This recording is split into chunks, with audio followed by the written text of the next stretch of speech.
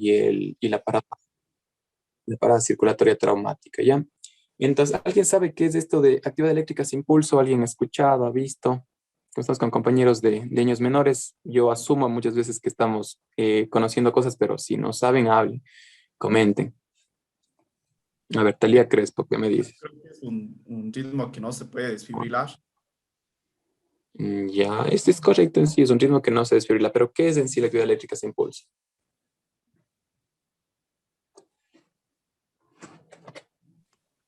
Entonces, esta actividad eléctrica sin pulso es que el corazón tiene un ritmo que se puede reconocer en un electrocardiograma, un ritmo organizado, pero que no tenemos pulso, sea distales o sea central. Está en una parada cardíaca franca, pero con actividad eléctrica. No por eso deja de ser un paro cardiorrespiratorio en estos pacientes. Bueno, lo que tocaba en el tema, hay cuatro ritmos principales: la fibrilación ventricular, la taquicardia ventricular sin pulso, la sistolia y la actividad eléctrica sin pulso.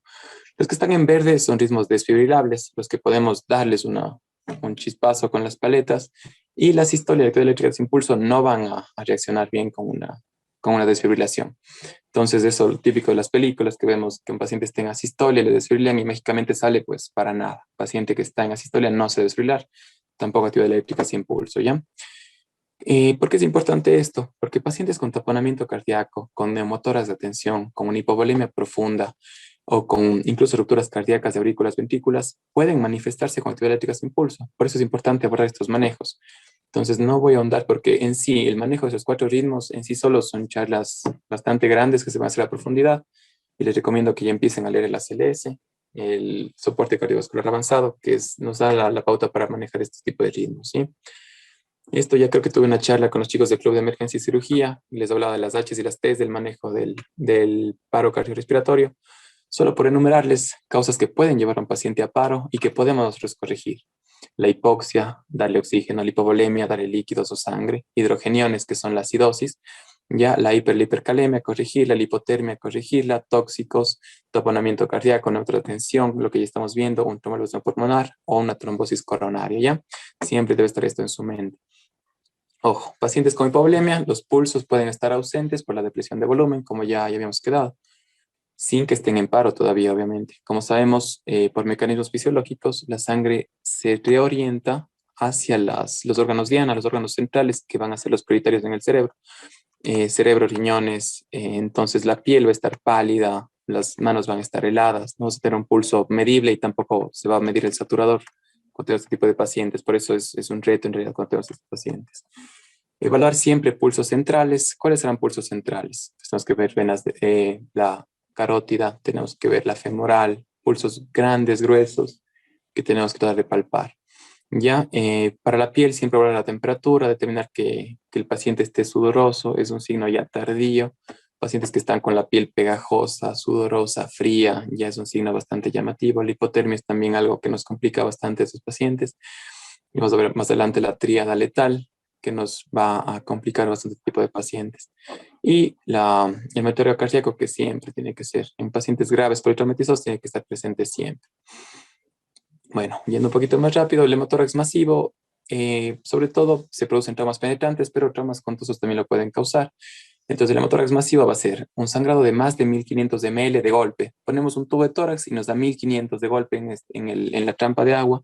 Entonces, esto es gravísimo. Este paciente tiene que ir de urgencia a quirófano o a ser operado a solucionar la causa del sangrado. O también algunos pacientes que sangren más de 200 cc por hora, por 4 horas contiguas, entonces muestra un sangrado constante que no va a parar. También es un criterio para que vaya a quirófano y sea operado. Y como ya vimos, pueden acompañarse de todo tipo de lesiones. Un hemo puede acompañarse de un neuma puede acompañarse de un hemo, incluso atención. Entonces, las sospechas siempre tienen que ser bastante importantes. Venas aplanadas del cuello, ya vimos, por la hipovolemia, y pueden desarrollar shock, que vamos a ver a continuación el capítulo completo de shock. Entonces, ¿qué me dicen de aquí? Sospecha hemotórax masivo, vamos a ver timpanismo y va a haber exacerbación de ruidos en tórax afectado. ¿Sí? ¿Todos de acuerdo? Clarísimo, esto creo que es súper claro. A ver, Tamara Castro, ¿qué me dices? Clarísimo esto de lo que vamos a encontrar en un hemotórax. Más o menos, la verdad tengo que también que ir a repasar. Ya, chévere. ¿Alguien más? ¿Alguien que tenga dudas? ¿O estamos de acuerdo todos? Disculpe, doctor, ¿por qué se produce el timpanismo? Ya, eso. Quiero que me pregunten si tienen dudas. Entonces, es ridículo que un paciente con hemotórax tenga timpanismo. Sí, el timpanismo es hipersonoridad, que estamos percutiendo y nos da un sonido de que tiene aire y hueco. Entonces, no vamos a encontrar nunca un hemotórax que tenga timpanismo. Entonces, es completamente falso. Más bien lo que se encuentra es matidez, la sangre, sea fresca, sea que está ahí líquida o que está hecho coágulos, va a tener una matidez ya a la percusión. Y no se exacerban los ruidos, ya que no se transmiten adecuadamente, sino que van a estar abolidos los ruidos respiratorios. Entonces, lo que se encuentra es matidez y abolición de ruidos, ¿sí? Por eso esto quiero que quede claro. Por eso tienen que estar pendientes, ojo, era para probarles, para ver si es que estamos captando bien la semiología. Entonces, hay un cuadrito que tienen que repasarse para su prueba y para revisar cómo se va a palpar, cómo se va a percutir la posición de la tráquea, cómo están las venas del cuello, tanto en el neumotórax de tensión y en el hemotórax masivo. Sí, es que tienen que hacer un dibujito, repasarse y entenderlo bastante bien, ¿ya? Porque creo que todavía no está muy claro. Y hay videos, les creo, bueno, unos cuantos videos que lamentablemente no se me cargaron bien y nos íbamos a demorar también mucho más, ¿ya? Tratamiento, como dijimos, si es que está con hemotórax masivo, pues toracotomía. Un cirujano tiene que abrirle, ver la causa de ese sangrado y corregirla. Pero de forma simultánea nosotros ya tenemos que empezar a reponer la sangre que está perdiendo el paciente. Si hablamos de 1500 de sangre que ha perdido, ya no tanto los líquidos. Si le damos líquidos, alteramos más diluimos los factores de la coagulación, diluimos los glóbulos rojos y empeoramos el estado de ese paciente. Si estaba tal vez ya formando un coágulo, un tapón, le damos líquidos, agua simple, sea solución salina, lactato, y empeoramos su cuadro. Entonces, sangre, directamente sangre en este tipo de pacientes, ¿ya? Entonces, toracotomía es el manejo definitivo y sangre. Bueno, también plasma, plaquetas en caso de ser necesario. Ojo, muy importante, pacientes que tengan lesiones en este cuadrado del mediastino, en esta zona que está entre las tetillas. Esa zona va a ser especialmente importante para lesiones que van a provocar sangrados. Entre las tetillas o en la zona posterior, entre las escápulas, ¿ya? Muy importante eso. Y ahora rápido para acabar con el tema de trauma torácico, por el resto ya no vamos a alcanzar a ver, es la tríada de Beck. ¿Alguien me puede decir cuál es la tríada de Beck o la tríada del taponamiento cardíaco? Si no, seguimos preguntando. A ver, Valentina Larco. ¿Ha escuchado tal vez el taponamiento cardíaco, la tríada de Beck o la tríada clínica que encontramos? Incluso ya les mostré. Ya no tiene chiste. Bueno, entonces, ruidos cardíacos velados, hipotensión y distensión de venas. Ya, eso es lo que vamos a encontrar con un taponamiento cardíaco. Cada uno tiene su lógica. Ruidos cardíacos velados, porque si en este saco que vemos aquí se está acumulando líquido, el latido del corazón no se va a transmitir de forma adecuada hasta la pared torácica. Entonces, por eso no se transmiten los latidos y no se va a escuchar. Los ruidos cardíacos se ven apagados. La hipotensión, ¿por qué? De igual forma que vimos en el anterior, no va a permitir una contractilidad adecuada, el corazón no late de forma adecuada y provoca colapso circulatorio. Es un choque obstructivo. Distensión de venas, ¿por qué? También por lo que ya vimos, se distiende el pericardio y comprime el sitio de entrada a nivel de la aurícula derecha, dificulta el retorno venoso, dificulta la precarga y colapsa todo el paciente. Entonces, esta es típica pregunta de examen siempre, triada de Beck en el taponamiento cardíaco, ¿sí? Entonces, esto es algo que tienen que sabérselo sí o sí. La forma de diagnosticarlo en sí es clínica, como vimos, pero no vamos a esperar a tener los tres, la tríada clásica completita para actuar. Entonces, no siempre va a estar presente. El principal estudio es la ecografía, el FAST de abdomen, que tiene 4 focos principales. Es una de las pelas cuando hacen el curso de la TLS, las 4 P's del FAST, pericardio, espacio perihepático, que nos recuerda el doctor David, que es el espacio de Morrison, el perisplénico y el pélvico. En las mujeres llamado espacio de Douglas también. Listo. Pericardiocentesis, bueno, no les recomiendo hacer, eso está descrito en la TLS, un paciente que está muriéndose, que no tenemos otra opción y que no tenemos un cirujano que le abra el pecho y le haga una ventana pericárdica. Hay que hacer una pericardiocentesis con una aguja gruesa, tratar de por debajo de la apéndice sifoides en dirección hacia el hombro del lado contrario, tratar de dirigirlo ahí y puncionar hasta aspirar sangre. Sí, y ahí se liberaría el taponamiento cardíaco, pero hay más riesgo de lesionarle más aún al paciente. Entonces, esto se hace eco guiado si es que tienen cierto adiestramiento, pero no se recomienda, tiene que hacer un cirujano. Este es un clamshell, una apertura en concha, de una toracotomía, que se abre completamente. Aquí se puede clampear aorta, se puede ver las lesiones que están. Al clampear aorta, bloqueamos, le dividimos al paciente. Hacemos que la sangre deje de llegar a extremidades inferiores, abdomen, y va solo hacia arriba. Entonces, aumentamos el volumen que está circulante, le damos chance al paciente para recuperarse hasta meterle sangre, corregir la causa del sangrado, pero son ya cosas bastante más avanzadas. Hay un algoritmo también en este capítulo sobre cuándo hacer toracotomía, cuándo hacer compresión bilateral con tubos de tórax. Se sale también un poquito del propósito de esta charla porque ya va un poquito más allá. Entonces me voy a saltar. Y eso sí les recomiendo, las CLS tienen que ya empezar a revisarlo, ¿sí? Evaluación secundaria, como ya vimos, son estendidas de heridas, pero ya de una forma un poco más aguantables, un poco menos prioritarias. Un hemotórax, un neumotórax simple, heridas cardíacas traumáticas, ¿sí? Pero no vamos a alcanzar a verlas todas. Este de aquí, vamos de forma rápida, un neumotórax simple. Aquí ya vemos que no hay colapso total del pulmón. Y quiero que vean sobre todo la diferencia entre este pulmón, esta placa de tórax que tenemos al lado derecho y al lado izquierdo, ¿ya? Entonces, esta placa es tomada en inspiración.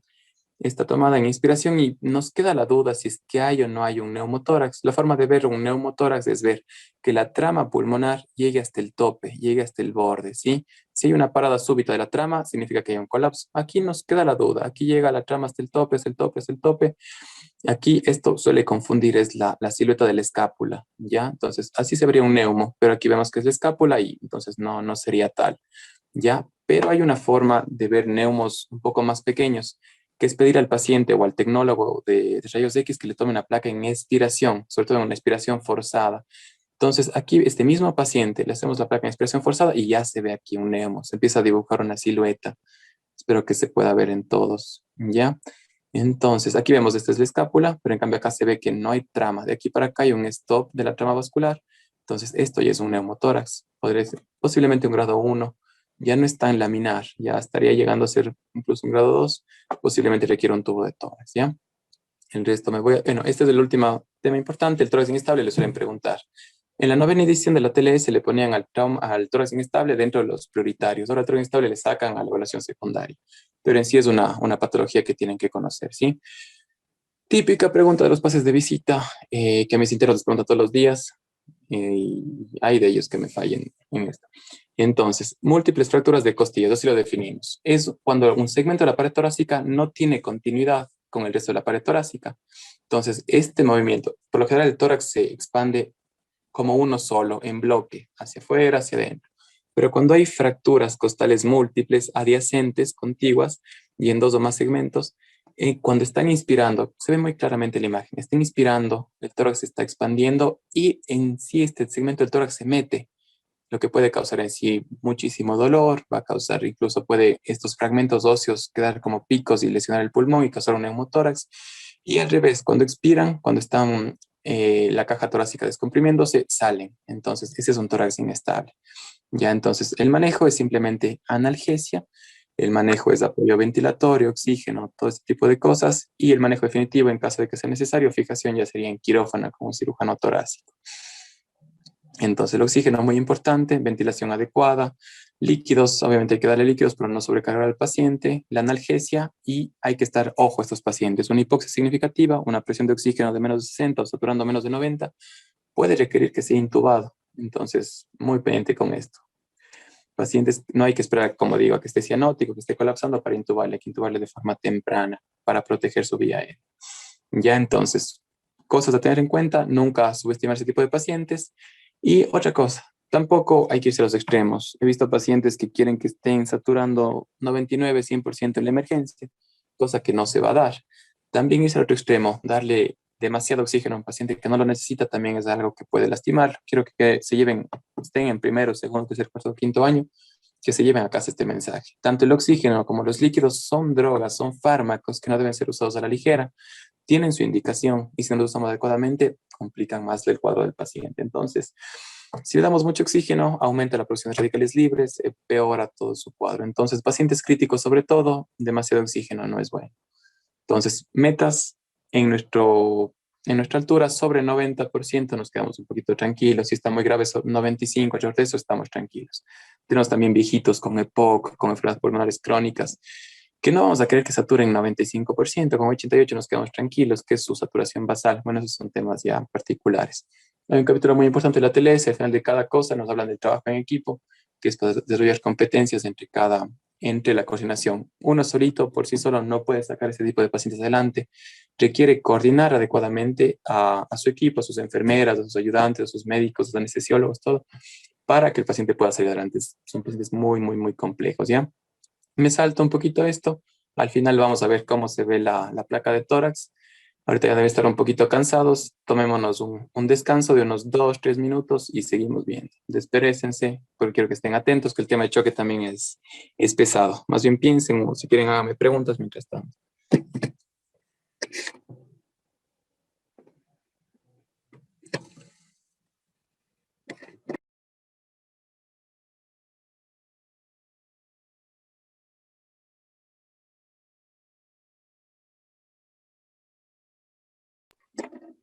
Listo, ¿ninguna pregunta? Todo clarísimo. Entonces seguimos. ¿Ya? ¿Me confirman que se escuche bien, que se vea, que la presentación sí siga corriendo? Sí, doctor, sí, sí se lo está escuchando. Perfecto. Entonces esto de cómo leer la placa de tórax vemos al final de forma rapidita, ¿ya? Entonces, se aprende mucho de nuestros éxitos, pero también incluso más se aprende de nuestros errores. Les doy un caso clínico bastante rápido, un paciente que nos llegó a la emergencia, que yo le recibí, yo le atendí, y tuvo la cinemática, nos mostraban este tipo de lesión, este tipo de accidente. Entonces, el camión completamente despedazado, el cual podemos esperar que un paciente esté hecho pedazos. Entonces, este fue el camión que conducía el paciente. Y bueno, aquí está sobremontada la imagen, pero bueno, lamentablemente fallecieron los acompañantes, 2 acompañantes fallecieron, entonces tenía todos los criterios para ser un trauma grave. Al llegar a mi emergencia, el paciente estaba estable, tranquilo, colaborador, y las heridas en extremidades suelen jalarnos la atención y distraernos. Era las 6 de la mañana, luego un turno de 30 y más horas, bastante a full la emergencia y me llega este paciente. Se abordó con todas las medidas, con todo lo que se debería hacer, pero aparentemente estable, saturando bien, signos vitales bien, toda la metrización, la gasometría un poquito acidótico, no mayormente, y la hemoglobina en niveles normales. Más me preocupaba en él el sangrado. Tenía una fractura expuesta a nivel del miembro superior izquierdo, bastante llamativa, tremendamente expuesta, con alto riesgo de infecciones. Hay un tema específico en la TLS para el manejo de ese tipo de pacientes, pero en sí tiene una fractura de radio y cúbito en varios segmentos y una fractura de húmero completamente desplazada, ¿ya? Y con sangre y sangre y sangre que salía por este brazo, ¿ya? Le ausculto, no había alteraciones, según yo, bueno, estaba ese rato ya con tantas horas de encima, le ausculté, le palpé, no encontré alteraciones, le mandé hacer la placa y no vi mayor cosa. Me enfoqué en la reparación primaria de este tipo de heridas, que bueno, no voy a profundizar mucho cómo se manejan, pero bueno, es lavado, antibióticos, hasta que se dé el manejo definitivo, se inmoviliza, hasta que entre a quirófano con el traumatólogo. Pero se me pasó por alto posiblemente pedir una tomografía. Un paciente que me llegue así, sí o sí tiene que hacer una tomografía. Luego de eso no se descompensó el paciente, pero en la placa ya viéndola un poquito mejor y ya en el examen físico el paciente empezó a presentar un enfisema subcutáneo marcado del lado izquierdo. Le pedimos una tomografía y en la tomografía se vieron las dos cosas, un hemotórax y un neumotórax. Un neumotórax grado 1, grado 2 y un hemotórax también grado 1, pero es algo que se me pasó por alto, por lo cual es gravísimo, ¿sí? Justo el doctor David que dio la charla ayer, él es mi jefe, él es mi R3 de la guardia. Obviamente confía en nosotros, uno piensa que ya acaba el R1 y ya sabe todas las cosas del mundo y no se le pasa nada por alto. Y este paciente pudo complicarse si es que no se le colocaba el tubo de tórax. Entonces, obviamente, ese rato, por suerte, se hizo la tomografía, le coloqué yo mismo el tubo de tórax, salió líquido sanguinolento en ese momento, expandió el pulmón. Tuvo una recuperación adecuada, pero ojo, ese es el mensaje que quiero que les quede claro, ¿sí? No se dejen distraer por heridas en extremidades, ¿ya? O heridas abiertas, penetrantes, si está con las tripas de fuera. Son heridas que nos tienden a confundir, pero no por eso perdamos el orden, que es el A, B, C, D, E. Si nunca pierdan el orden para evaluar a un paciente. Entonces, si me hubiera detenido mucho más a ver este paciente en la parte torácica, posiblemente me hubiera dado cuenta de que necesitaba ya un tubo de tórax. Pero bueno, afortunadamente salió bien, no se chocó nunca y la evolución fue de momento favorable, ¿sí? Entonces, por eso quiero que aprendan y nunca den por sentado que un paciente es estable, sobre todo con este tipo de pacientes que la cinemática ya nos dice que es un paciente grave. Listo, y ahora vamos con choque, que es un tema pesado, y que por eso quería que se desperecen y vamos a verlo de forma rápida. El primer paso para reconocer el choque, pues para manejar el choque es diagnosticarlo, ¿sí? Si no diagnostico tempranamente, pues el paciente chocado va a ser luego irreversible. En cuanto a los objetivos, definir el choque, las causas más comunes en sí.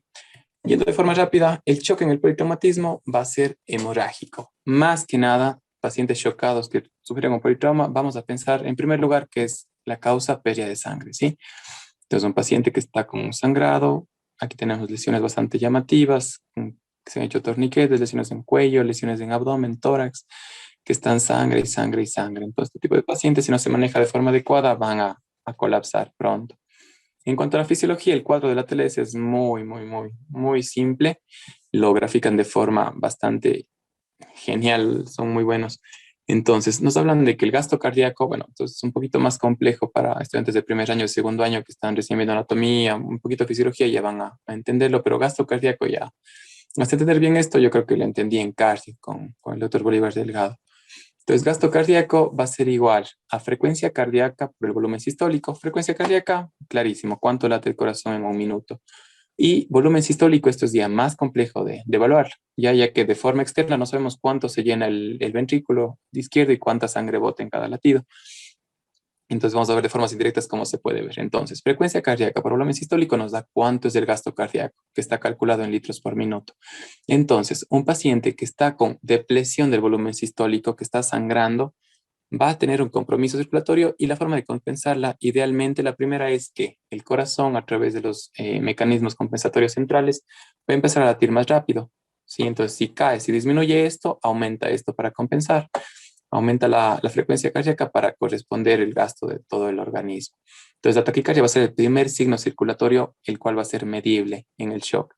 Entonces, gasto cardíaco, lo que ya habíamos visto. Nos ponen de ejemplo un paciente de 70 kilogramos que va a tener 70 latidos por minuto más o menos. Tiene un volumen estimado de unos 70 ml. Nos da el gasto cardíaco que siempre se habla en los libros de 5 litros por minuto. 4.900 más o menos. Esto varía de cuánto, de la edad del paciente, si es deportista o no. Como sabemos, los deportistas, el corazón tienden una frecuencia cardíaca en reposo de hasta, qué sé yo, 50 o incluso menos. Entonces, todo esto es muy importante. La liberación de catecolaminas endógenas es otra forma de compensar. Eso va a dar tono vascular para que aumente el volumen circulante. Sí, bueno, tienen que leerse fisiología bastante a profundidad para entenderlo y es luego bastante simple de captarlo. Como vimos, frecuencia cardíaca, no hay mayor lío.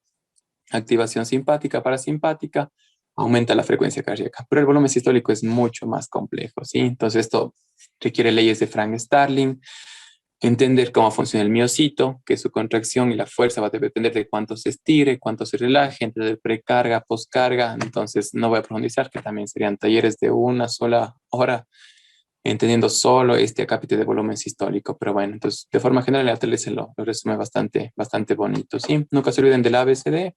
Me gusta bastante este cuadro que nos habla y nos despeja dudas entre A y B. ¿Cuál es la diferencia? Vía aérea, ventilación, circulación, neurológico, exponer al paciente y el manejo secundario, ¿ya? Entonces, bueno, esto no les voy a alcanzar a explicar cómo es el pulso paradójico, cómo se produce. Entonces, vamos a hablar de forma rápida de la fisiopatología de la pérdida de sangre.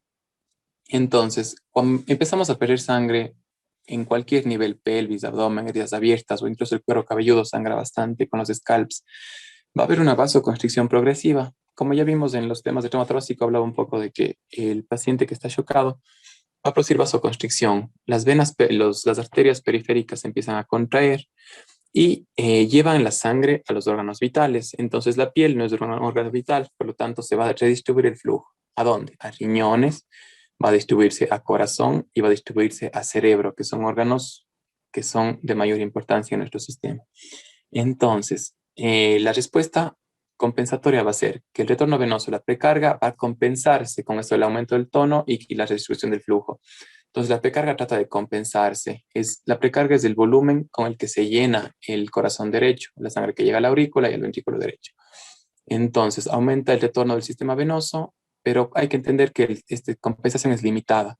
Hasta cierto punto va a poder compensarse. Más allá de este punto, todo se va al diablo. Se acaba la compensación y el paciente se va a pique al piso.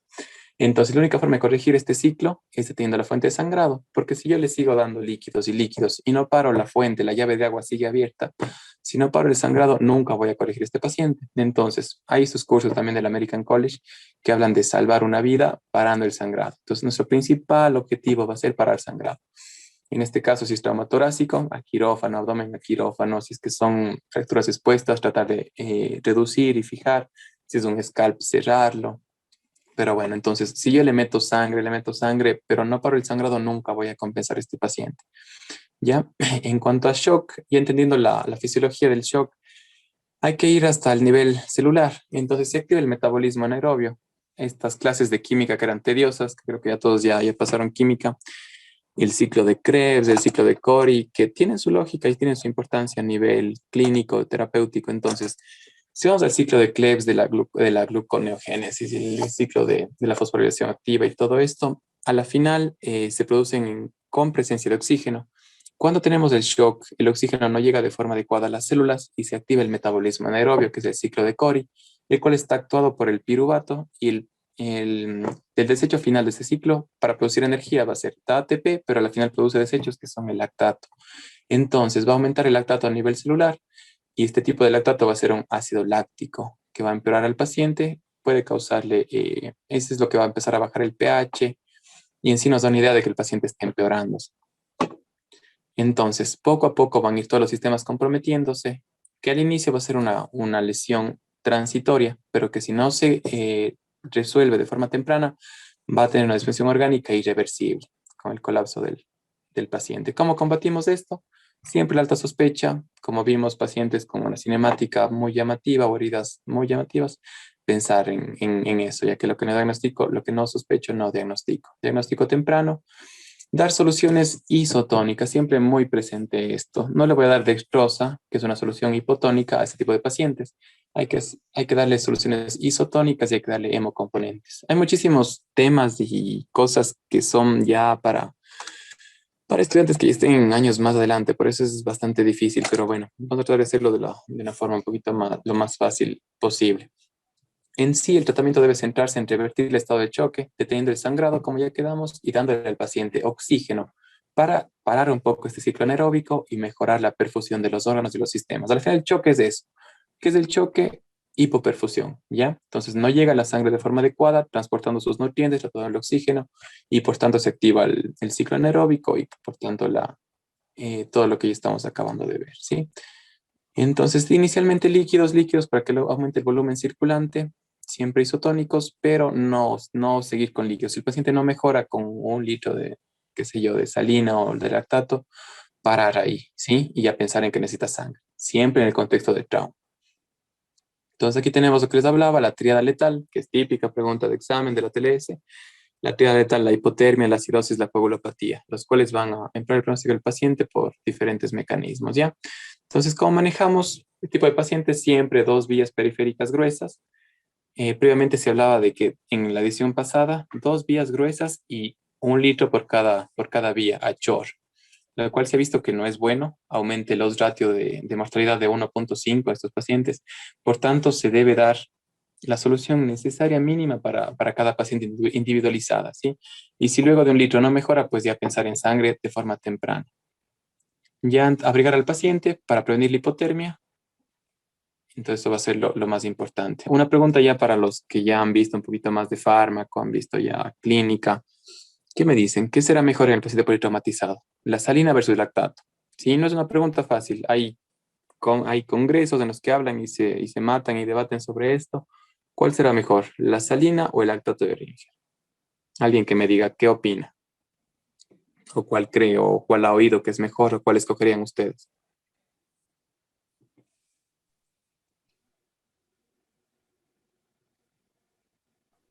¿Qué es lo que tenemos de evidencia? Creo que Perdón, el lactato, doctor. A ver, ¿quién me dice? Yo, Andrea, creo A que el ver, Andrea. lactato. ¿Ya? ¿Y alguna razón en específico por la que escogerías el lactato? Quizás por los electrolitos que esta solución presenta. ¿Ya? ¿Qué letras presenta? Potasio. Ya, es interesante el potasio, ¿ya? En sí, bueno, tienes razón, es útil, bueno, no tanto por los electrolitos, sino más bien por el pH que tiene cada solución. El átodo de Ringer es una solución, ambas en teoría son isotónicas, pero el átodo de Ringer tiende a tener menor acidez en cuanto a su composición. Si hablamos de un paciente que ya está acidótico y le damos salina normal, que tiene un pH de 5.6, si no estoy mal, estamos empeorando su condición. Ya, entonces, por lo general, en pacientes politraumatizados, siempre entrar con lactato de Ringer, ¿ya? Pero hay una excepción. ¿En qué paciente está probado en varios estudios que es superior la salina? Hay un grupo de pacientes específicos, un trauma específico, capaz ayer Cristian les dio, en cuál va la salina sobre el lactato.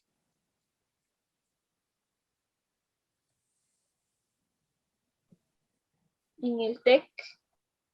Exacto, en el trauma cráneoencefálico. Si está probado que en el trauma cráneoencefálico, ahí sí le queremos al paciente un poquito más salado.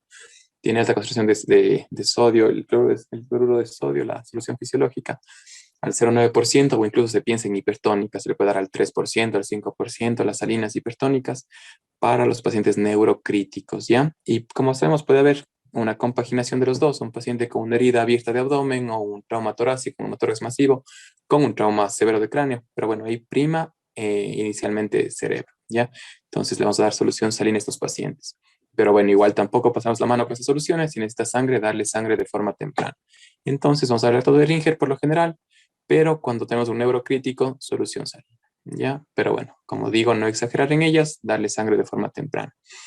El manejo definitivo es un adecuado manejo desde el prehospitalario. Es muy importante cómo maneje, cómo reciba un paramédico a estos pacientes y cómo nos lo traiga. Y que tengamos un cirujano a disposición para que solucione el problema. Porque si yo estoy, qué sé yo, por ejemplo, yo hice mi internado en el Homero Castanier en Azogues, ¿ya? Pero me tocó rotar también en la troncal, una rotación hice allá.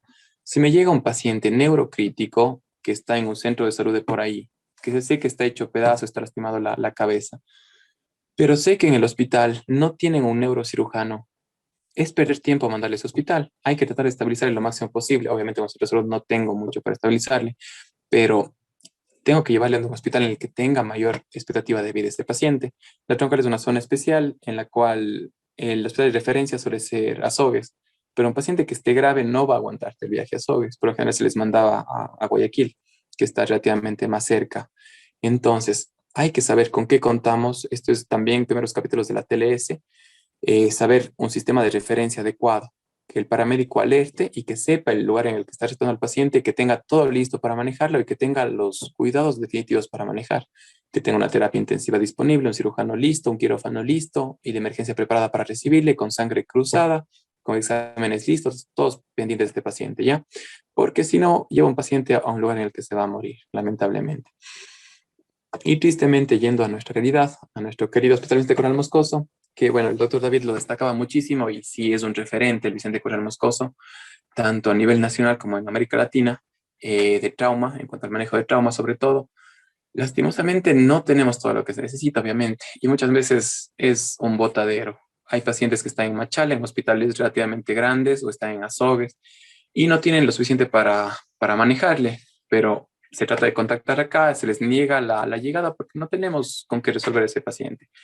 Y bueno, sea por iniciativa de los pacientes, de los familiares, o a veces incluso los mismos médicos, se les pide, pidan el alta y lleguen al hospital. Y obviamente un paciente que llega a nuestra emergencia nunca puede negarse la atención.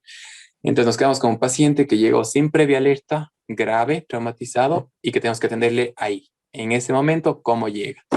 Entonces, tristemente nuestra situación, esperemos que no pase, no siga pasando, pero es la realidad en la que vivimos. Ya, entonces este es nuestro referente, nuestro querido hogar, y donde van a hacer sus prácticas ustedes, lo esperamos.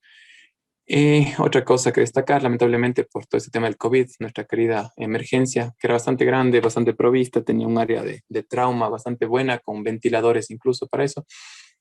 Por esta pandemia está usada, toda esta zona es de pacientes COVID.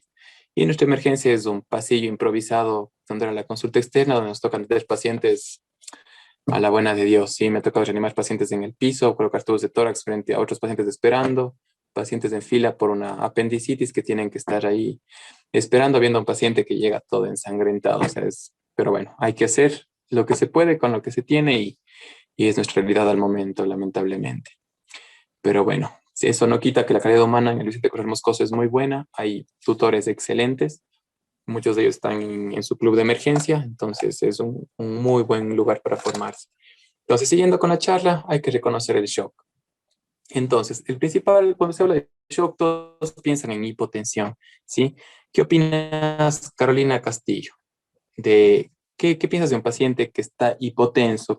¿Será la primera manifestación del shock, la hipotensión o la más importante?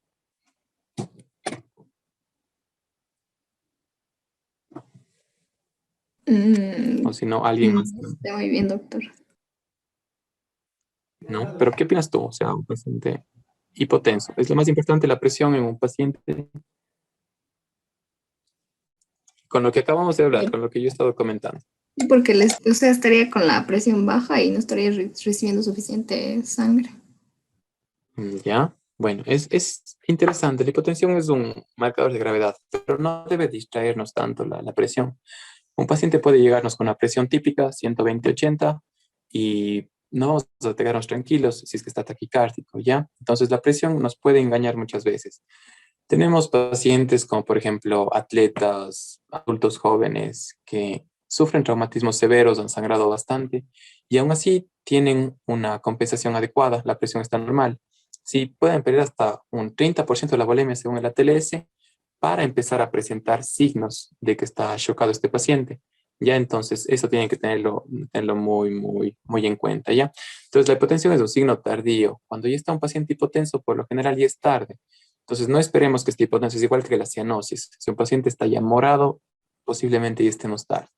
Entonces, como hablamos, mecanismos compensatorios previenen que caiga la presión arterial medible hasta con un 30% de sangrado. ¿Cuánto de sangre tenemos nosotros? Alguien que me diga cuánto es la volemia de una persona. ¿Cuál es la sangre circulante 5 o que 6 tiene litros. una persona normal? Entre 5 o 6.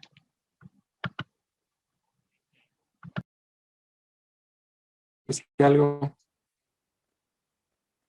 ¿Qué opinan?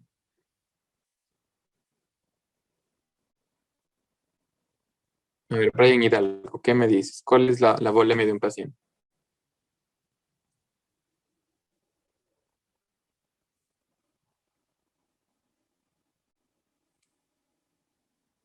Nada. No, sino ya los viejos, los antiguos.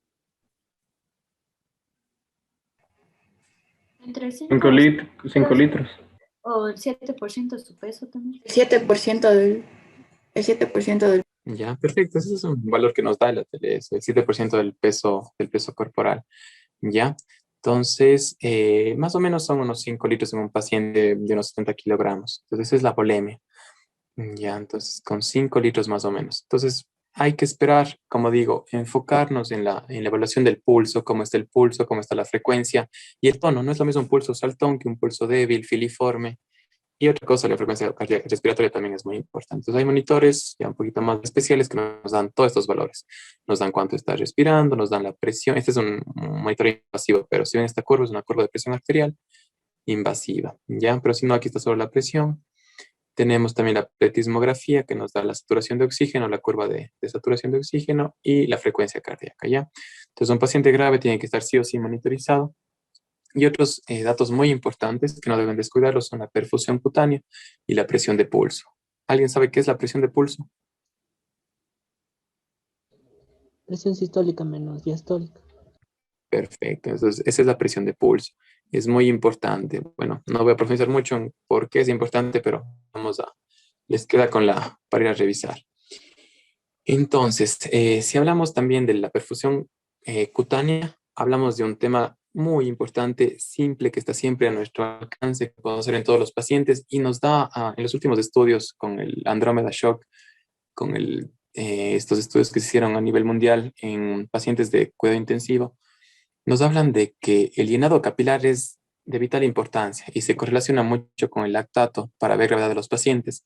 Se hace simplemente aplastar el pulpejo del dedo hasta que se torne blanco y contamos cuánto tiempo tarda hasta que vuelva a ponerse de color rosado. Si entonces pacientes que más prolongan el tiempo al llenado capilar tienen un peor pronóstico o están más graves, por así decirlo. Sí, se correlaciona mucho con el lactato.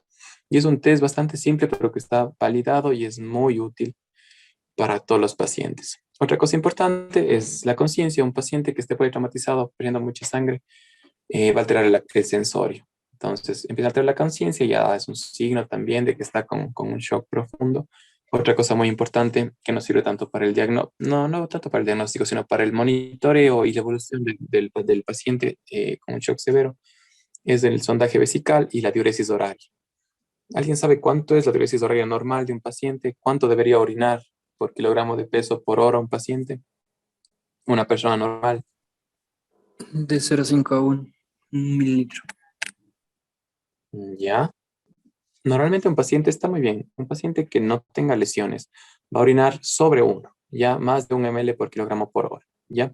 Pero en un paciente grave que tengamos con estas características, con que orine más de 0,5, eso es objetivo. Más de 0,5 nos quedamos tranquilos, ¿ya? Y si está por debajo de esto, ya pensamos en una oliguria que nos está orientando a que no estamos reanimándole adecuadamente a este paciente. Sí, muy, muy importante la diuresis horaria y el sensorio. Entonces, ya hablamos, destaquemos los más importantes. Taquicardia, más que la presión arterial, es la presión del pulso y la frecuencia cardíaca. Y en otro ya hablamos del llenado capilar, ¿sí? Aquí está cómo hacer. Igual luego les pasaré las diapos para que lean un poquito más de esto. Si les queda la curiosidad, revisen la prueba de Andrómeda, en la cual nos muestran cómo hicieron todos los estudios con esto. Entonces, lo principal de todo esto, cualquier paciente que esté lesionado y que al examinarle esté frío al tacto, esté taquicárdico, tiene que considerarse que esté en choque hasta que se demuestre lo contrario. ¿Ya? Pacientes graves, politraumatizados, golpes muy severos, que estén así fríos y que estén taquicárdicos, no hay que dudarlo, hay que reanimarle de forma agresiva. Ya, en cuanto a los tipos de choque, si bien ya hablamos que en politrauma el principal va a ser el hemorrágico. No hay mucho donde dudar. Un paciente politraumatizado, sangre es lo que debemos pensar. Pero no por ello hay que desechar el resto de tipos de choque, los cuales son el séptico. Es raro que un paciente politraumatizado llegue séptico, pero hay casos, ¿sí? Hay viejitos que se caen, que viven solos, o personas que están muy lejos de centros de salud, que se lastiman, piensan que no es mayor cosa y empeoran, ya nos llegan a los 2, 3 días y están con una sepsis, posiblemente con trauma abdominal, una perforación intestinal y llegan sépticos, ¿ya? Entonces es importante conocer y diagnosticar la sepsis. Otra cosa, el trauma raquimedular y el trauma neurogénico, ¿sí? También tienen que conocer cómo provocan choque. En la les explican muy bien. Bueno, no sé si, bueno, ¿alguien me explica cómo es el choque medular? ¿Cómo se produce? ¿Por qué se produce? Porque se pierde el tono simpático y luego causa vasodilatación. Ya, bien, Kevin. ¿Por qué se corta por el tono simpático? Para tus compas, sobre todo los daños menores, ¿cómo justificarías que el tono simpático se pierde? ¿Qué pasó? Eh, Hay una lesión de la vía simpática, especialmente en los ganglios. Ya, entonces son unos hilos. Nuestros nervios son unos hilos que van desde la cabeza hasta por la columna y van hasta todas las partes del cuerpo. Entonces, a través de eso, el cerebro nos dice qué hacer, controlar el tono simpático, parasimpático. Entonces, si es que se corta, si hay lesiones de este nivel, no se transmiten los impulsos compensatorios. Entonces, si es que no pueden llegar a decirle a los músculos, al corazón qué hacer, pues no va a haber la compensación. Son pacientes con un trauma que han perdido mucha sangre y que no pueden hacer taquicardia. Sí, es un trauma especial, es del trauma raquimedular, porque son pacientes que nunca van a hacer taquicardia, porque no tienen el mecanismo compensatorio. Hacen un trauma frío, no están taquicárdicos, entonces es un capítulo bastante especial y muy importante de leer el trauma raquimedular. Otro es el trauma cardiogénico, que también tiene sus consideraciones muy, muy importantes. Bueno, el anafiláctico puede englobarse en el séptico, porque es un choque de gran volumen en el cual hay vasodilatación.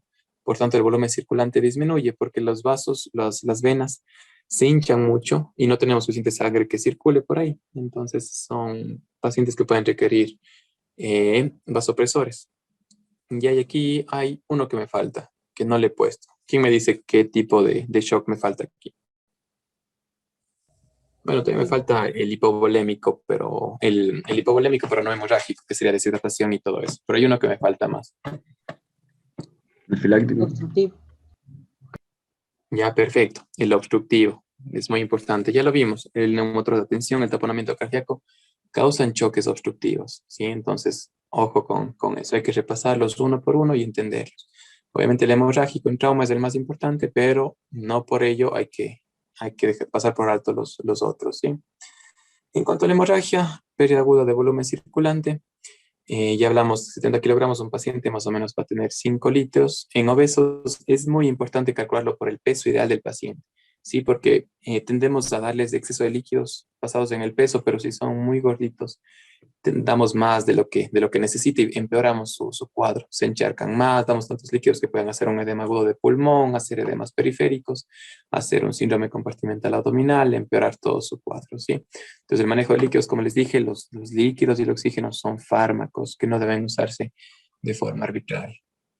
Ya en cuanto a niños, la volemia es un poquito más, 8-9% o 70-80 miligramos por kilogramo de peso. Ya en cuanto a la clasificación de los tipos de choque hemorrágico, van a ser grado 1, 2, 3 y 4. En el tipo 1, el ATLS lo pone de una forma que lo compara con donar una pinta de sangre. ¿Sabe alguien cuánto más o menos es una pinta de sangre? ¿Cuántos ml lleva una pinta de sangre? ¿Han donado alguna vez 200. sangre?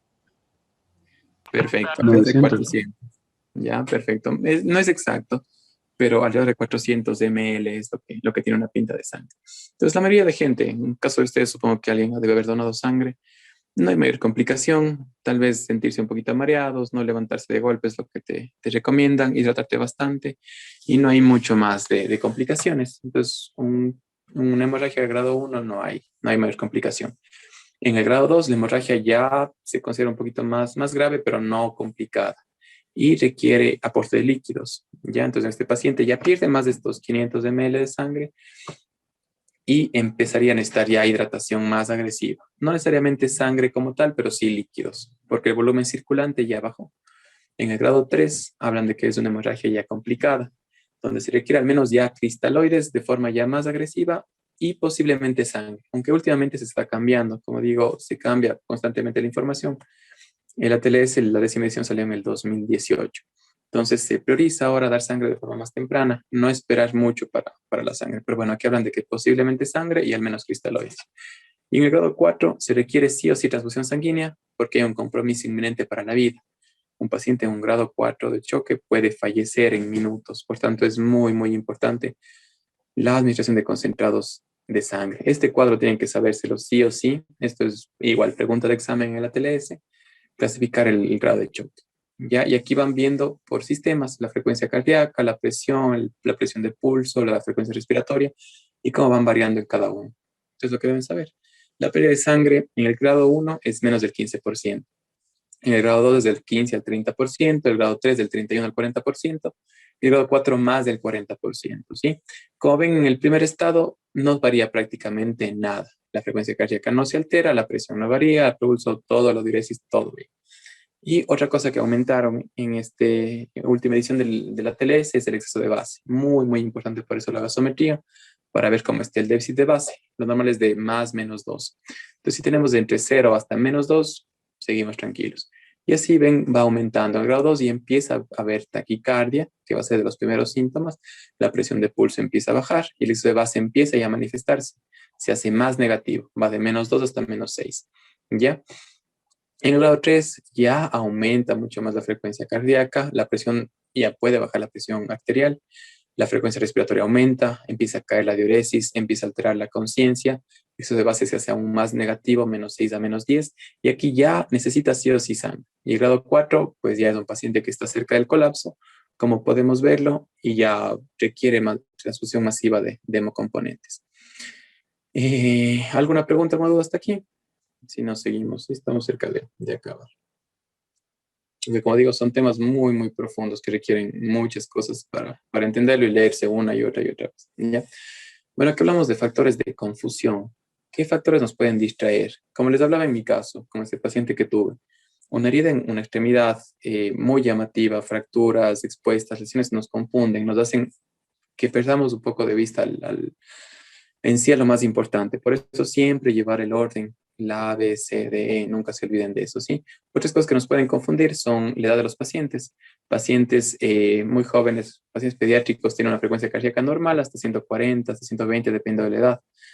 Pacientes que sean, como hablábamos, los atletas tienen un pulso de reposo, una frecuencia cardíaca de reposo bastante baja. Adultos mayores, en cambio, pueden tener una hipotensión de base, ¿sí? Un paciente o una hipertensión de base. Los típicos pacientes hipertensos, adultos mayores, que tienen una presión basal, qué sé yo, de 140, 100, ¿ya? Ellos nos llegan con una presión de 110, 70, ya están hipotensos, ¿sí? Por eso hay que tener bastante cuidado con los pacientes. La presión arterial no va a ser la misma para todos los pacientes. Entonces, hay que preguntarle una buena anamnesis, saber si toma medicamentos para la presión arterial, ¿ya? Si están con antiarrítmicos, si están tomando beta bloqueantes, obviamente la frecuencia cardíaca no va a poder corresponderse de forma adecuada. Un paciente beta bloqueado no va a tener la compensación adecuada de la taquicardia. Y entonces son cosas que tienen que tener siempre muy en cuenta para poder manejar estos pacientes, que son considerados especiales. Esto es puse de forma extra, un poquito para crearles el interés de la ecografía, que desde hoy es un pilar fundamental. Se habla de que es el quinto pilar semiológico. La inspección, palpación, percusión, auscultación y la insonación. Se habla ahora de que la ecografía tiene que estar en el pie de cualquier paciente. Nos sirve muchísimo en los pacientes y no se diga en un paciente grave. Antes se hablaba del FAST en sí, que el Focus Assessment Sonographic en Trauma, que tiene estos 4 cuadrantes que ya vimos. Que es el 3, que es el pericárdico, el 4, que es el Morrison, el peripático, el 5, que es el esplénico, y el 6, que es el Douglas. Pero si ven, hay muchísimo más que insonar. La ecografía, antes se hablaba de que como el aire no transmite bien las ondas del ecógrafo, no servía para ecografías pulmonares. El ecógrafo era inútil en pulmón. Pero no, hoy se ha visto que es muy, muy útil. Nos permite ver neumotórax. Es una charla muy apasionante, pero bueno, no tenemos tiempo para hablar a profundidad de ello.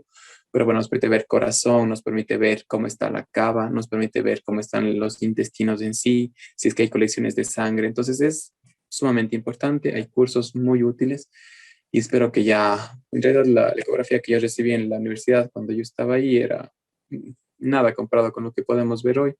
Entonces, pero espero que ya se profundice un poco más de estos temas. Pero bueno, lo que sí nos dice la TLS es el FAST y el FAST extendido. FAST extendido, pregunta de examen, 4 espacios principales que vamos a ver, y hay 2 extras en el FAST extendido, que son las bases pulmonares, ¿sí? Para ver si hay derrame pleural o si hay un neumotórax, ¿ya? Entonces, eso es lo que tienen que saber. Entonces, en cuanto a cosas críticas que no tienen que pasar por alto, aquí les destaco en adultos mayores que pueden tener infecciones asociadas, ¿ya? Son adultos mayores que están en predisposición a lesiones pulmonares, a infecciones pulmonares o infecciones urinarias. Es muy común los viejitos que llegan con estas alteraciones. Y un paciente que no reciba atención médica adecuada puede alterar la conciencia, puede tener alteraciones del sensorio y caerse. Por esto el viejito puede caer 10 grados, llegar con un TEC severo, pero lo que le llevó a causar esto fue una infección. Entonces, no por ello descartar que un paciente esté escéptico siempre, ¿ya? Otra cosa que les quería destacar, acá siempre, se me movió la diapo.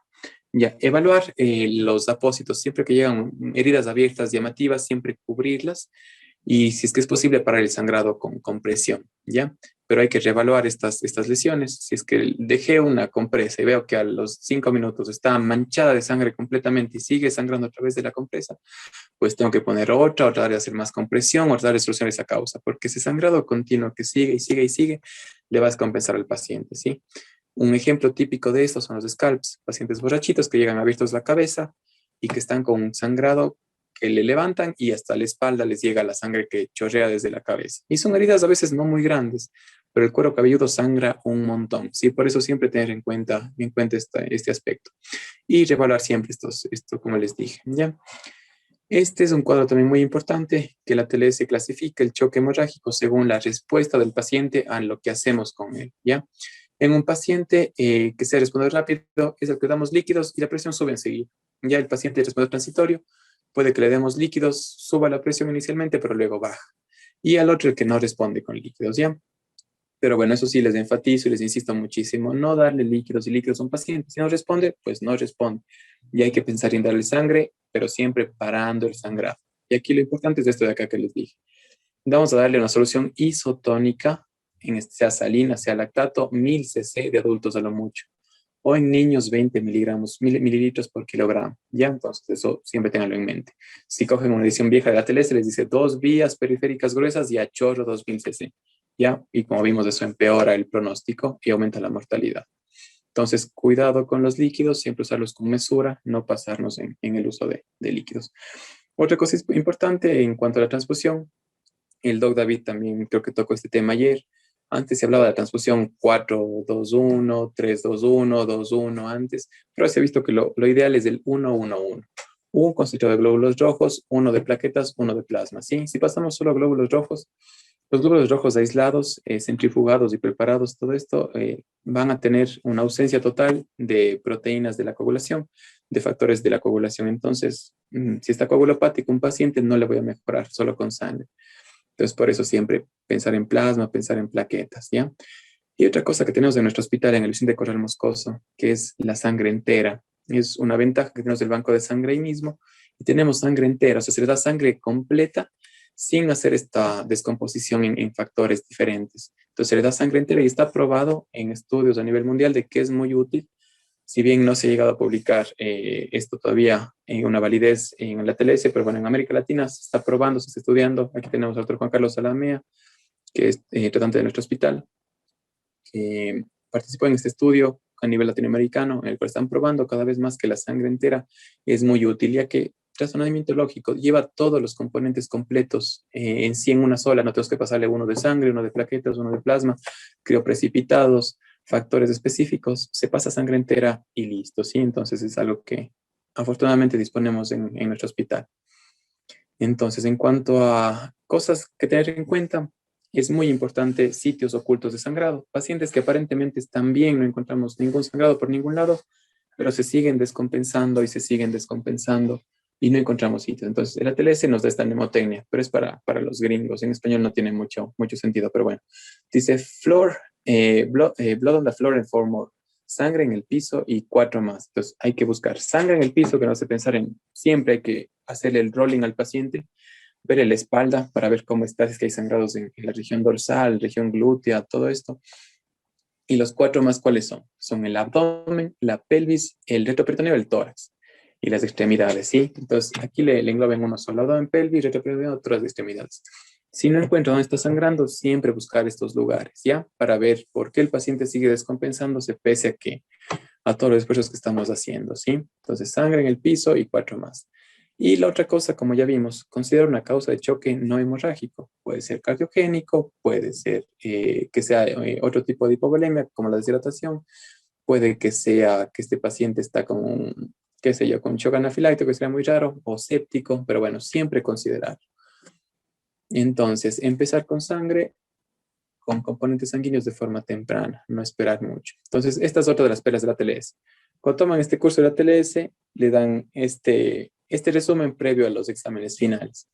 En cambio, aquí le ponen 6 sitios de sangrado principales donde tenemos que buscar. Tórax, abdomen, pelvis, retroperitoneo, huesos largos y el piso. Sí, es la mnemotecnia. Sangre en el piso y 4 más. Que aquí le ponen tórax, abdomen. Bueno, aquí le incluyen en abdomen, sería abdomen con retroperitoneo, pelvis y huesos largos, ¿ya? Nunca se olviden los huesos largos, el fémur, la pelvis, ¿qué digo? El fémur, el húmero. Pueden acumular un montón de sangre en su interior. Por eso nunca desestimen este tipo de lesiones, ¿ya? Aquí tenemos los principales sitios de sangrado. Vamos haciendo participativo esto. ¿Quién me dice en la A qué tenemos? ¿Qué estamos viendo aquí en este paciente? Hemotórax. Ya, perfecto. Tenemos un hemotórax. A ver, acá, ¿qué tenemos acá? Es una ecografía. ¿Qué estamos viendo acá? Sangre en la bolsa de Morris. Ya, posiblemente puede ser el Morrison, puede ser el hígado y sería un perihepático. Ya, entonces vemos sangre en el FAST. Acá, Fractura de pelvis. ya, son las típicas fracturas de pelvis en libro abierto. Hay que saber cómo estabilizar esto, ¿sí? Entonces estas lesiones en pelvis sangran una barbaridad, ¿sí? Tenemos la suerte que cuando es venoso podemos actuar ante ellas. Cuando es un sangrado arterial, los pacientes se exsanguinan en minutos en realidad, porque aquí pasan arterias bastante gruesas, como ustedes saben. Entonces, fracturas en libro abierto, estabilización de la pelvis con cinchas. Ya eso tienen que saberlo siempre cómo hacer. Y huesos largos, aquí tenemos un fémur que también, como vimos, puede acumular muchísima sangre. Y ven que tiene este tipo de fractura completa, tiene como un bisel que puede ir completamente lesionando arteria femoral a ese nivel, ¿ya? Queda un sangrado tremendo. Ya, en cuanto al gastrourinario, algunas perlas ya para ir acabando que tenemos que destacar, sobre todo para los chicos nuevos que están en años menores. El gastrourinario normal, en el ATLS nos hablan de que 0,5 ml por kilo por hora en adultos sería nuestro objetivo. En niños pediátricos, 1 ml por kilo y menores de un año, 2 ml por kilo por hora. Pero siempre hay que saber que lo normal no es de eso, lo normal es de 1 por arriba. Ya con 0,5 quedamos tranquilos, pero tiene que estar sobre 1. Oliguria ya se considera menos de 0,5 y anuria menos de 0,2. Y de paso con eso, que es algo que cuando llegan los chicos nuevos, los internos no están muy bien, no han repasado, no les han dicho cómo se calcula el gasto urinario. Alguien de los chicos ya viejos que les enseña a sus compas nuevos, cómo se calcula el gasto urinario en un paciente. La diuresis dividida para el peso y para el para las horas que se ha tomado esa diuresis. Ya, perfecto, Andrea. Entonces, si tengo un paciente que me llega a las 7 de la mañana, le pongo una sonda vesical y le hago un control al mediodía, ¿sí? Y me ha dado, qué sé yo, de 7 al mediodía, 7, 12, son ¿cuántas horas? 5 horas, ¿ya? Entonces, este paciente me ha orinado 500 cc. ¿Cuánto tendrá? Y pesa unos 100 kilos. ¿Cuál es la diuresis? Bueno, eso se hace ejercicio siempre en los talleres. 1 ml por kilo por hora, ¿ya? Entonces, esta es una forma de calcular los líquidos en pacientes, cuánto tenemos que administrarles. Si está orinando de más, puedo bajarle un poquito los líquidos, pero si no está orinando, me preocupo. Hay que ser más agresivos en la reanimación. Entonces, eso que quede clarísimo para todos. Se calcula el total de la diuresis, siempre tiene que estar con sonda vesical, el total de la diuresis para el número de horas y para el peso del paciente, ¿sí? O para el peso del paciente, pero el número de horas no varía mucho. Y aquí tenemos los objetivos de cuánto debería ser lo normal, ¿ya? Otra cosa que les iba a decir, ¿hay forma de ver este gasto urinario sin ponerle sonda vesical? ¿Qué opinan? ¿Será posible? ¿No?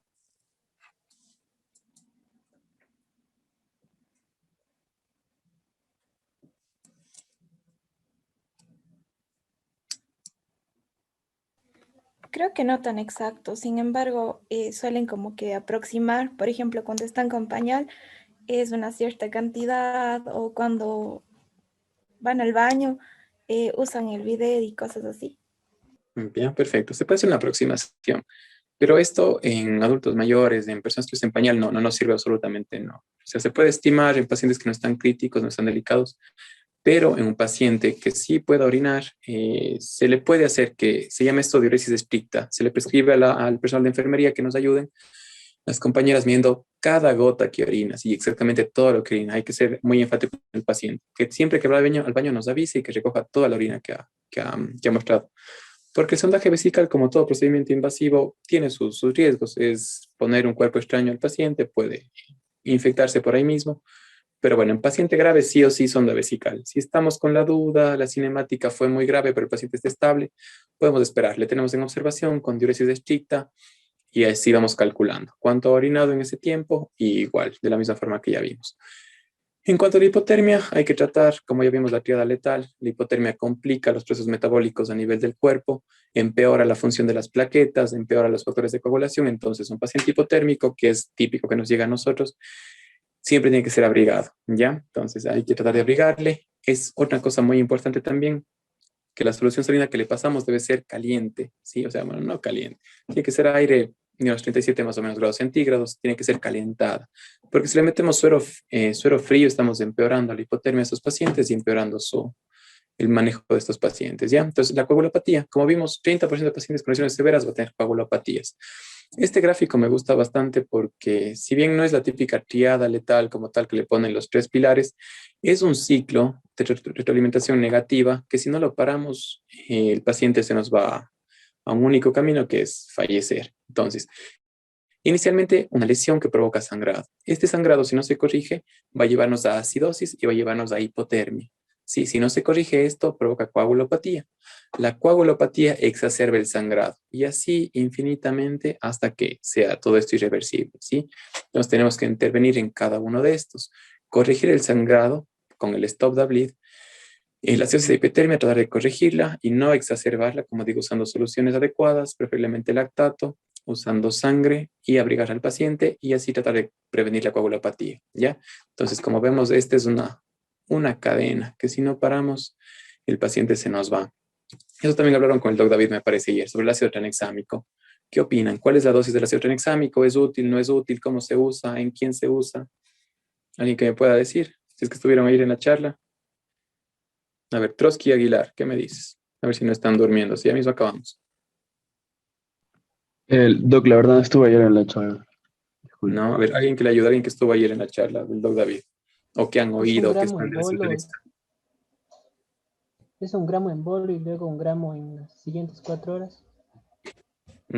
Ya, más o menos, verán. ¿Y en quién se usa es principalmente importante? Hay una ventana terapéutica. Si el trauma sucedió en las primeras, sucedió dentro de las 3 horas, tenemos tiempo para actuar. Si es que ya han pasado más de 3 horas, se ha visto que es más bien contraproducente darle ácido tranexámico. La ventaja del ácido tranexámico es que es barato, ¿sí? Y no tiene mayores contraindicaciones. Se puede usar en casi todos los pacientes, ¿ya? Pero hay que estar dentro de esta ventana terapéutica. La forma de usarlo, como ya nos dijeron, es un gramo en bolo. Se diluye por lo general en 100 cc de solución salina o de dextrosa 5% en agua o en solución salina en 10 minutos. Pero se puede pasar en bolo. Y el siguiente gramo se pasa en las siguientes 8 horas. Por lo general, en nuestro servicio, el protocolo es diluirlo en 500 cc de solución salina, ¿ya? Entonces, sirve muchísimo. Ya el doc David creo que tocó el estudio del Crash 2, el Crash 3, que mejoran la sobrevida de los pacientes. Y como digo, no es barato, entonces no es muy caro. Entonces, no hay mucho problema. Se debe usar el tranexámico siempre que sea posible y que esté en las indicaciones. En cuanto al calcio, es muy importante, es un electrolito súper importante. Siempre hablamos cuando se piden las biometrías en el hospital, se hablan de los principales, sodio, potasio, cloro. Pero en pacientes politraumatizados hay que tener en cuenta el calcio, es muy, muy importante. Si bien se hablaba históricamente de la triada letal, ahora se habla del diamante letal, ya que el calcio está relacionado con cada una de los 3 pilares que vimos previamente. El calcio influye en la coagulopatía, ya que el calcio en el plasma es necesario, es un factor de la coagulación. Si nos recordamos la cascada de la coagulación, el calcio forma parte de uno de ellos.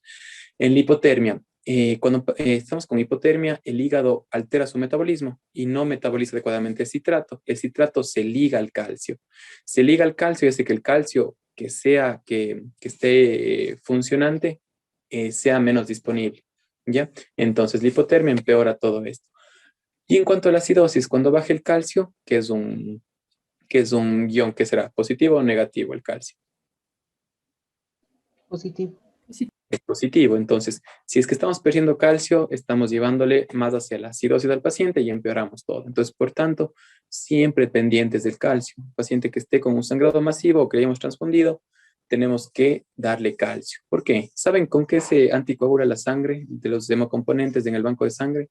¿Saben qué anticoagulante se usa? Heparina. ¿Qué cosa? Heparina. No, para nada. No. Entonces se usa el citrato. El citrato es lo que se usa para evitar que se coagule la sangre.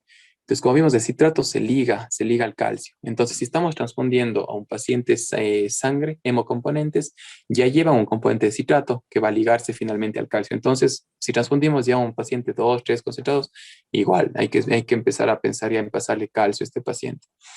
Y finalmente, para acabar, estas son las perlas de la TLS, las 10 cosas que nunca tienen que olvidarse, que son los que les recomiendan justo antes de dar el examen con los tutores que le toman el examen. Te dan esto. Nunca te olvides de 10 detalles que siempre se olvidan. Primerito, bioseguridad para mí y para mi equipo. Segundo, valorar el ABCDE en 10 segundos. Tiene que ser súper rápido. ABCDE. Ir corrigiendo las cosas, no por ello parar de examinar al paciente. Tercero, maniobras básicas para prevenir la vía aérea. Una cosa tan simple como tracción mandibular, cabeza atrás, mentón arriba, pueden salvar al paciente. ¿Sí? Si no, el colapso enseguida.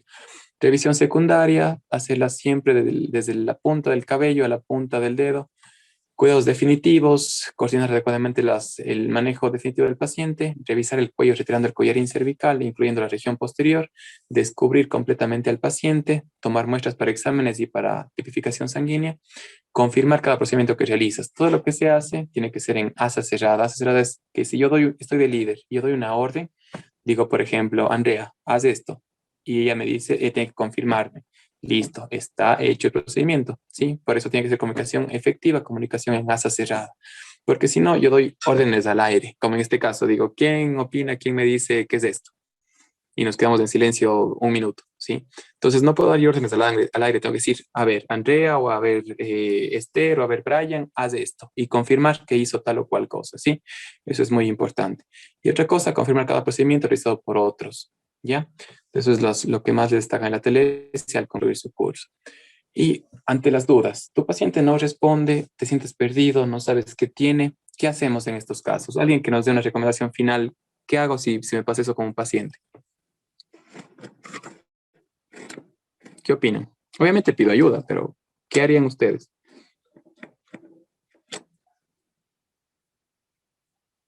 A ver, ¿qué me recomiendas, Edgar? Edgar Veloz, ¿qué me recomiendas si es que estamos así perdidos, no sabemos qué hacer? Recurrir a nuestro, en este caso, jefe. Ya, eso digo, pedir ayuda siempre, siempre hay que pedir ayuda, pero una cosa que nos recomienda aquí, si es que estoy solo, si es que, bueno, espero nunca estar solo, pero si es que me siento perdido, no sé qué hacer, siempre regreso al inicio, A, B, C, D, E. No sé qué, pasé algo por alto, regreso al A, B, C, D, E y revaloro desde el inicio, ¿sí? Eso es lo principal. Entonces, con eso acabamos la guardia, espero que les vaya muy bien en su examen. Aquí les dejo a mi querido compañero Cristian. Si bien la carrera que escogieron es difícil, es durísima, les queda muchísimo camino por delante, van a estar muchísimos días así, nadie se salva, incluso yo ahí ven a mi querido jefe, el doctor Javid, y a mí colapsado luego de una guardia, pero lleva muchas alegrías, muchas satisfacciones, así que a darle, estudié muchísimo su manual, espero verles por el hospital pronto con su club de emergencia, que de a poco va retomando sus actividades, entonces a seguir estudiando. Entonces aquí están mis queridos internos, también luego de una guardia pesadísima, muertos completamente, ¿sí? Entonces, pero es muy chévere el ambiente en el hospital. Lamentablemente nuestra emergencia se ve así estos días, es un colapso completo, está así, no hay ni dónde poner un pie, pacientes graves nos llegan ahí en ese caos, pero bueno, toca seguir, hacer lo que se puede con lo que se tiene, como dije. Gracias por su atención y espero verles pronto. Sí, no alcancé a darles lo de tórax, lo de cómo se ve en la placa, pero está muy graficado en las diapos que les voy a pasar a sus coordinadores, ¿sí? ¿Alguna duda? Creo que nos pasamos unos 3 minutos del tiempo, pero si quieren igual alguna duda, con gusto les responderé. Doctor, yo tengo una pregunta. Claro. En cuanto a exámenes del manejo secundario, ya luego del manejo primario, el FAST y una radiografía, ¿algo más que se deba pedir en el manejo secundario? Por lo general, esas son las principales estándares. Luego van enfocadas a lo que tú examinaste y a lo que tú esperas encontrar. Pero lo típico de un paciente son, bueno, en los hospitales en los que tengan, tiene que ser una tomografía de cráneo y de paso se pide la tomografía con columna cervical. Sí, eso hace que ya no pidamos la RX de columna P lateral de columna cervical, que no es tan buena, pero si es que es lo que tenemos, hay que pedirla, ¿sí? Pedimos la tomografía y de ahí sí las placas de trauma. Las placas de trauma son 3 secuencias básicas que debemos pedir a todo politraumatismo. Obviamente está fracturada. Pensamos que la pierna está fracturada, pedimos específicas, pero 3 típicas a todo paciente.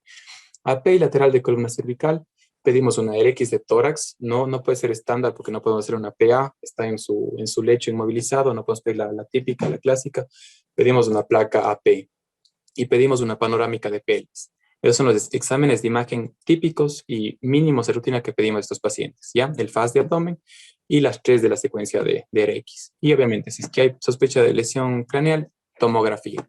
Y si ya pensamos aún más allá que un paciente está gravemente lesionado, de una tomografía se pide un body scan que se llama. El body scan incluye TAC de cráneo, TAC de columna cervical, incluye TAC simple de tórax, TAC simple y contrastada de abdomen, eso no se olviden, porque en el abdomen las vísceras no se pintan si no están contrastadas. Se pide la abdominopélvica y nada más, sería la tomografía completa. Ya, pacientes que están muy graves, sospechamos de eso, pues ya no perdemos tiempo con el eco, no perdemos tiempo con las radiografías, y directamente a la tomografía. Eso. Gracias, doctor. Hecho, chicos. Muchas gracias. Listo, muchas gracias, doctor Camilo, por habernos ayudado el día de hoy. Con esta charla cerramos las inducciones. Chicos, les esperamos el día sábado, entonces ya les comunicaremos la hora del examen y que tengan mucha suerte. Gracias, doctor, y hasta luego a todos. Hasta luego. Gracias.